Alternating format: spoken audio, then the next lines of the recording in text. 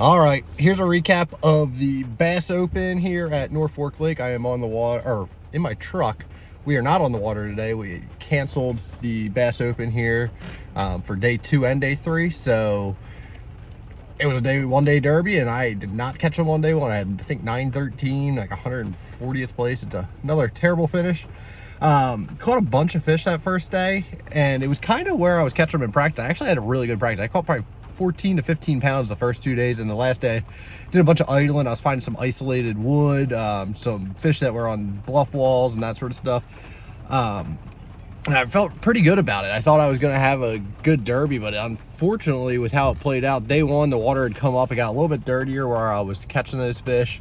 I was throwing a buckeye balling out jig at this isolated wood, a Z-Man chatterbait around that, the jackhammer. I was throwing a green shad one, caught some fish doing that. I threw a wacky rig at some of this stuff. It was just a kind of junk fishing. And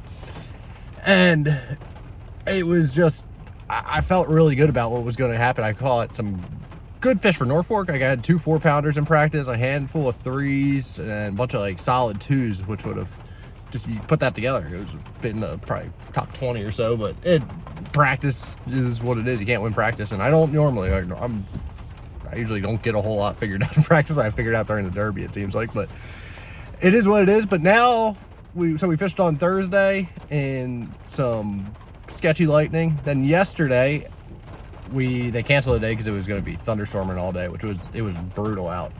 I didn't want to be a part of that. I actually went out to send a video to my wife of this storm, and you could see it flashing in the background, and all of a sudden one struck super close. I'll put that little clip here if you haven't seen it on any of my social media stuff already.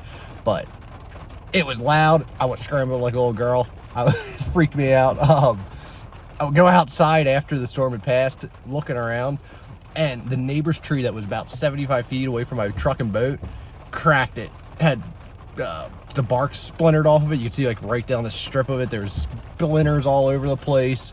That was all over my boat cover. And yeah, so really glad we weren't out there. Today there's not as many thunderstorms, but the lake has now risen about, I would say, I think it's up 8 foot now since we started.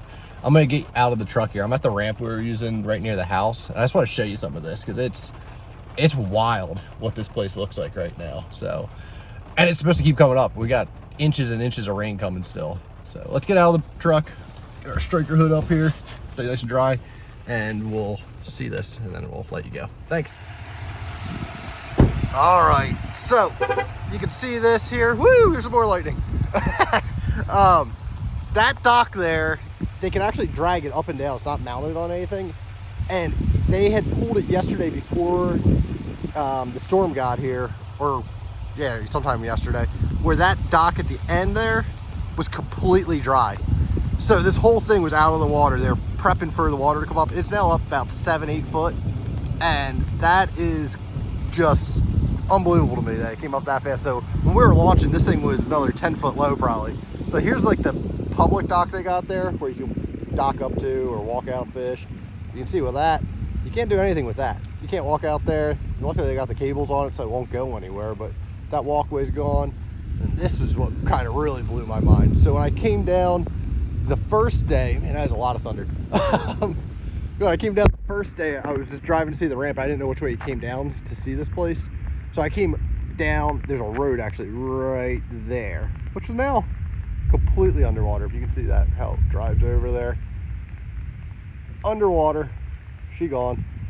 You can see over to the marina, you're not getting to the marina.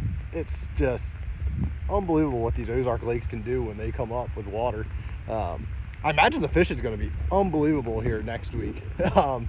Right now we can see that there's bushes starting to get in the water. This thing comes up another however many feet they're saying it's really going to come up. It's going to just be a bush flipping freak show tournament or whatever. You're just out fun fishing. Like, stable weather, it's getting warm. They're coming to the bank because they weren't spawning yet, but they're thinking about it, and they're all pre-spawn. So it's gonna get right. So get your spinnerbait out, get your flipping jigs out, chatterbaiting, all that good stuff. It's gonna be unreal. But man, look at that. Like, there's a parking spot right here that is now completely completely underwater. Just, wow. So, well, thanks for watching. We'll see what we can do with Tom Bigby here in a couple, a little over a week away, I guess now. Gonna fly home for a little bit and go from there. All right, talk to you later. See ya.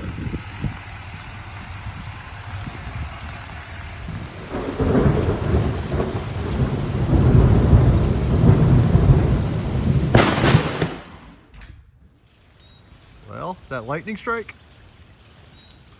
right next to the house. Got splinters all over the place. That's wild.